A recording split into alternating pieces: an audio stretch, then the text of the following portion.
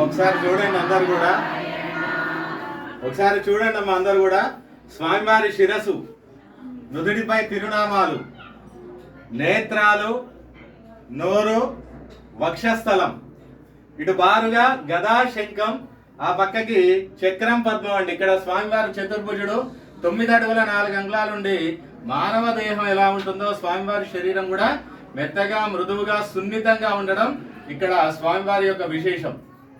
ఇందాక పంతులు గారు కథ చెప్పారు కదా, స్వామివారు మెత్తగా ఉంటారని. ఆ యొక్క విశేషాన్ని తిలతైలాభిషేకంలో మాత్రమే చూపెడతాం. మిగతా సమయాలలో అర్చకుడు సైతం ముట్టుకోవడానికి లేదు. ముట్టుకుంటే 25,000 జపం చేసుకోవాలి. ఒకసారి చూడండి, ఇక్కడ కనపడుతున్నారా?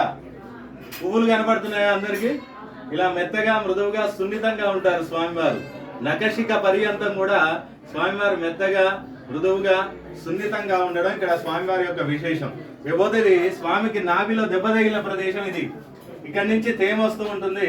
దానికి అడ్డంగా పసుపు గంధం పెట్టి ఆ యొక్క ప్రసాదాన్ని సంతానం, ఆరోగ్యం, వివాహం, జ్యేష్ఠ, ధనిష్ట, మూల నక్షత్రాలకి, సూర్యగ్రహణంలో పుట్టిన, చంద్రగ్రహణంలో పుట్టిన, కుజ, సర్ప దోషాలకి దోష పరిహారార్థం సాలగ్రామ తీర్థంతో శుద్ధి చేసి మంత్రోపదేశంతో ఆ యొక్క నాభి ప్రసాదాన్ని ఇక్కడ తీర్థంగా ఇవ్వడం జరుగుతుంది. ఆ దెబ్బ తగిలిన ప్రదేశం ఇది. ఇక్కడి నుంచి తేమ వస్తుంటుంది. దానికి అడ్డంగా పసుపు గంధం పెడతాం. ఆ యొక్క ప్రసాదాన్నే ఇక్కడ తీర్థంగా ఇస్తాం. అందరు నమస్కారం చేసుకోండి. జై బోల లక్ష్మీనరసింహ స్వామికి, జై బోల లక్ష్మీనరసింహ స్వామికి, జై బోల లక్ష్మీనరసింహ స్వామికి. అందరు నమస్కారం చేసుకోండి అమ్మా.